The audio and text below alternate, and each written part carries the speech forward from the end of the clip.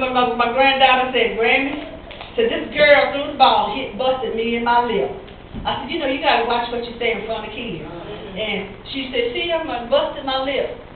And she said, well, she said, oh, I'm sorry, Kendra. She said, so I just figured, well, maybe, you know, it was an accident, so I just kind of, you know, said, okay, I accept her apology. I said, well, that's good. I said, well, you know, that would make me want to slap that girl in the face.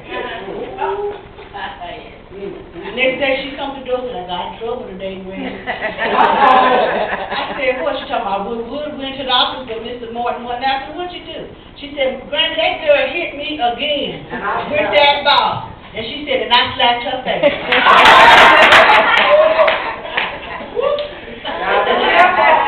I said, Candy, I said that I would have felt like doing it. That don't mean I would have done it. She said, well, I did because I didn't feel like that girl was, she said, I felt like that girl was doing that on purpose. I said, well, what did the girl do? She said, she just cried. I said, oh. Well, don't do it no more. We don't want you getting in trouble. So you got to watch yourself. You got to have a little self-control. A little self-control. And I was like, I hope Candy, I hope she wasn't exaggerating on this. Okay.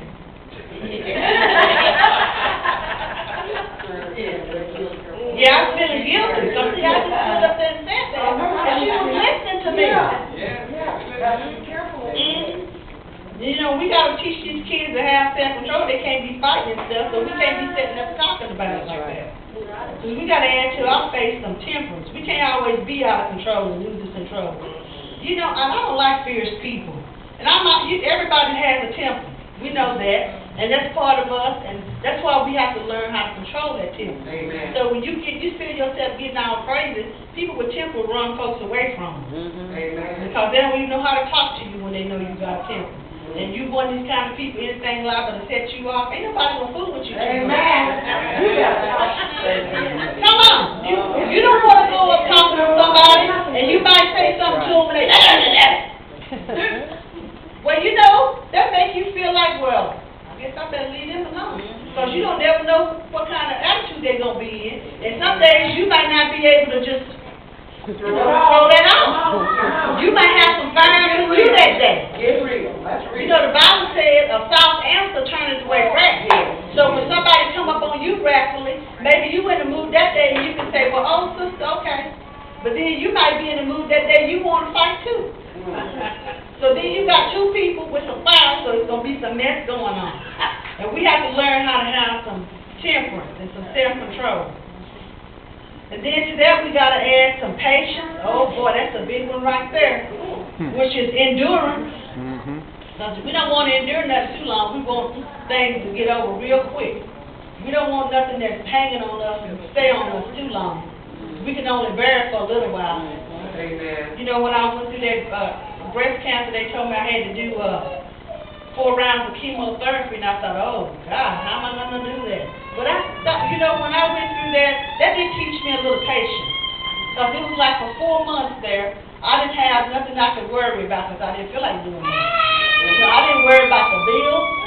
I didn't worry about nothing, what I was going to eat. All right. I just, you know, I couldn't. All I could handle was just going through that. And that taught me some patience. It really is. And ever since I had to do that, you know, I can handle things a lot better. Hannah Pastor does. I don't beat him up so much no more. Just kidding. I do. I have a lot more patience than I used to have. That's saying something, because it still ain't where it need to be. But I used to not have none at all. Right. It was like, you know, do it right now. Don't even delay. Don't be talking about tomorrow. When I say hop, you know, the thing you get. Don't be playing with me. Get it done. Do it right quick, and you can get it done. But I thank God for the patience that He's given. Then we got to add to that some godliness. Yes. Godliness, which is God-likeness. You know, if you get to listening to these words, you be like, oh, Lord. Where the mark at? Way up there. I'm about way down here. I'm just trying to get there. Trying to get there. And then to that, godliness, brotherly kindness, which is brotherly love. And then we add to that some charity. which is giving with love. Now, how many of us really give with love? So, you know, somebody wants something from you, be like, I'm going to give it to you. You better give it back to me. And if we don't give it to him, we love it, you're here. I mean, how you know you've done it? And I'm just standing out acting over here. Just take it. And you better pay my money back. Because if you don't pay my money back, don't you never ask me for another dime.